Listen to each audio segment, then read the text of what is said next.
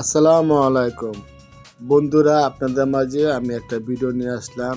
জি বন্ধুরা, 2024 সাল তো চলে গেল, 2025 সাল জি আপনাদের উপহার দেওয়া হয়নি, তাই আজকে নিয়ে আসলাম শীতের পিঠা আপনাদের উপহার দেওয়ার জন্য। অবশ্যই ভিডিওটা শুরু থেকে শেষ পর্যন্ত দেখে যাবেন।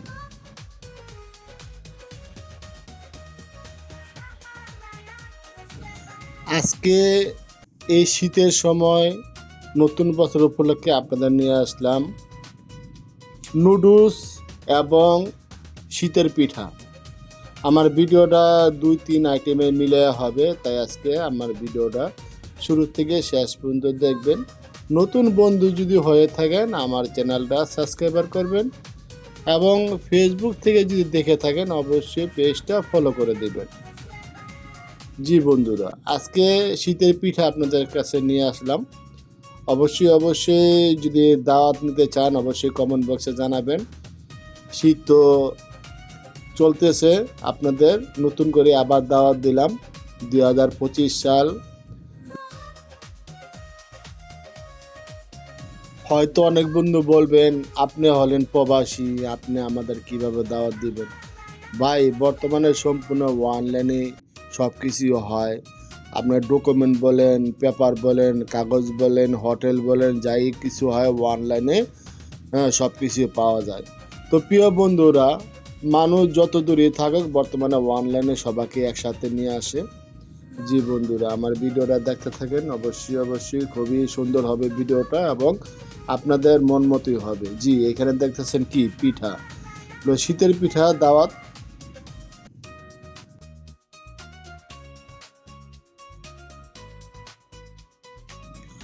অনেক বন্ধু আছে যে যারা পিঠা বানাতে না পারেন, অবশ্যই আমার রেসিপিটা দেখবেন কিভাবে পিঠা বানানো হয়। এখানে দেখতেছেন অনেক আঠালো, হ্যাঁ তাই আপনাদের মাঝে আমি ভিডিওটা শেয়ার করলাম তেলের পিঠা কিভাবে বানানো হয়। আর শীতের পিঠা, এখানে যে তেল গরম করা হয়েছে, এখানে অনেকটা মানে মশলা অ্যাড করা হয়ে তারপরে এখানে পিঠা বানানো হচ্ছে।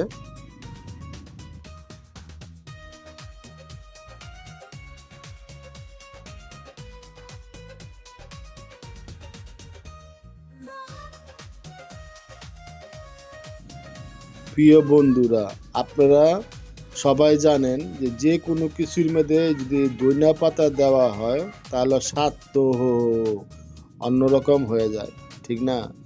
আপনি যেইটি বানান যদি সাথে ধনিয়া পাতা দেন, খাবারের স্বাদে কিন্তু হয়ে যায় অন্যরকম। জি বন্ধুরা, এটা হলো পিঠার ফাংশন। তো এখন নিয়ে আসলাম নুডলসের ফাংশন।